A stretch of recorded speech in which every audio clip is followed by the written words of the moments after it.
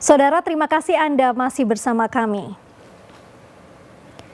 Saudara, akibat diterjang hujan deras, sejumlah titik tebing di Magetan longsor dan menimbun jalan.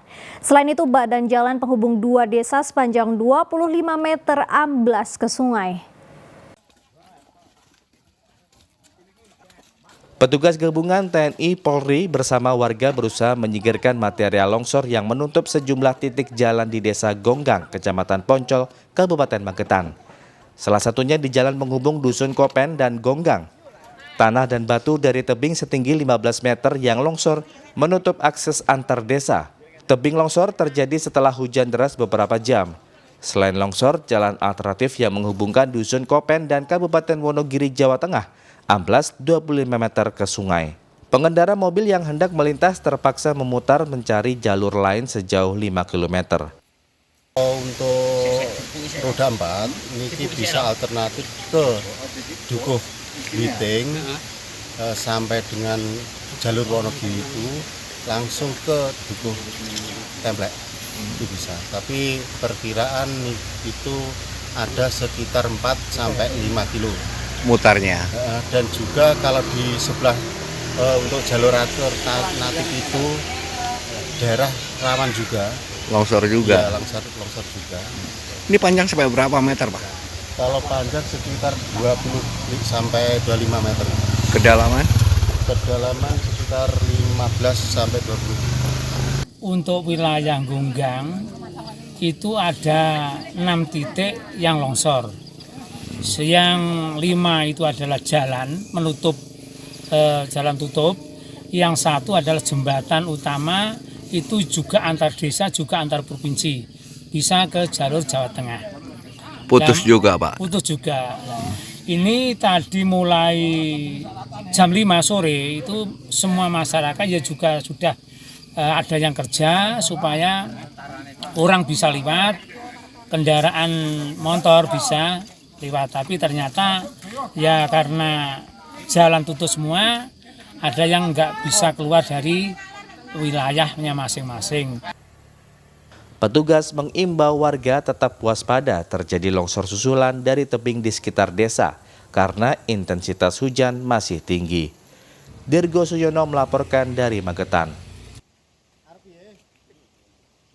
Saudara, akibat jembatan limpas tertimbun material banjir lahar Gunung Semeru, puluhan siswa sekolah dasar di Lumajang digendong orang tuanya saat berangkat dan pulang sekolah melintasi sungai. Meski berbahaya, orang tua tidak ada pilihan lain agar anaknya tetap bisa mengikuti pembelajaran di sekolah.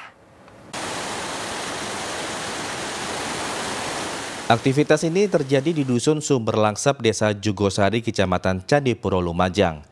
Para orang tua menggendong anaknya melewati aliran Sungai Kaliregoyo untuk bisa berangkat dan pulang sekolah di SD Negeri Jugosari 3, Kecamatan Candipuro.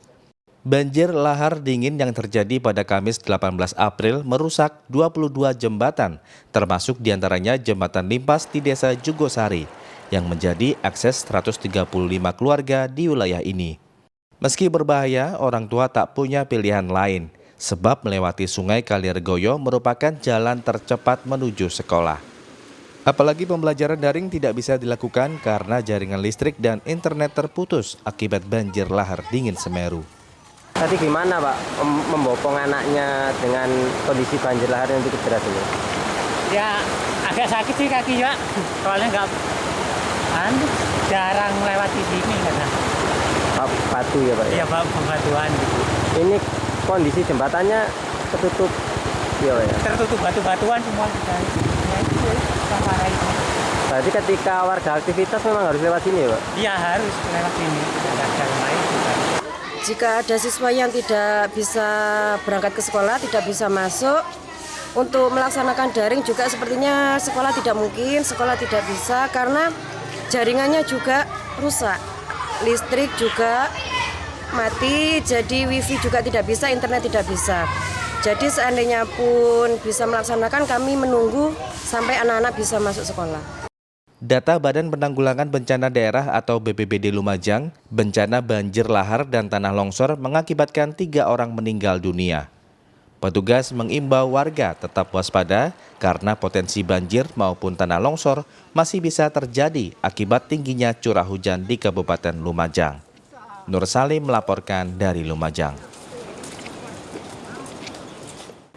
Saudara, dua pria di Surabaya dibekuk polisi karena nekat membawa kabur motor dan ponsel korban perempuan.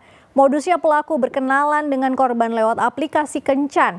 Saat mulai akrab, pelaku mengajak jalan-jalan lalu membawa kabur motor dan ponsel korban. Kedua pelaku Edi, warga Wonosari Wetan, Surabaya, dan Lukmanul, warga Kedung Mangu, Surabaya, dibekuk aparat Polsek Tenggilis Mejoyo. Keduanya harus berurusan dengan polisi usai dilaporkan oleh seorang korban perempuan TR. Korban harus kehilangan motor dan ponsel yang dibawa kabur oleh para tersangka. Modusnya pelaku berkenalan dengan korban lewat sebuah aplikasi Kencan. Setelah mulai akrab, pelaku mengajak korban bertemu dan jalan-jalan dengan dua motor.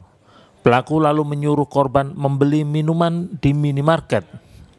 Saat itulah pelaku membawa kabur motor dan ponsel korban. Tidak tanggung-tanggung, pelaku sudah beraksi sebanyak 15 kali di wilayah Surabaya, Sidoarjo, dan Gresik dengan modus yang sama. Tersangka tersebut menipu melalui aplikasi OMI, ya, sekali lagi menipu melalui aplikasi OMI, berkenalan, kemudian setelah berkenalan, kenal-kenal sudah chatting-chattingan, lanjut mereka bertemu. Pada saat mereka bertemu, dari tersangka tersebut menyampaikan kepada korban untuk membelikan minuman ke sesuatu minimarket, kemudian pada saat orang tersebut, korban tersebut yang kenalannya di OMI tersebut sudah ke dalam minimarket, lanjut daripada tersangka bersama temannya membawa kendaraan membawa handphone daripada korban tersebut. Kedua tersangka dijerat pasal 378 KUHP tentang penipuan dan penggelapan, ancaman hukuman hingga 7 tahun penjara. Dari Surabaya, Arif Purwanto melaporkan. Uniknya terapi akupuntur tradisional bagi hewan kesayangan di Sidoarjo.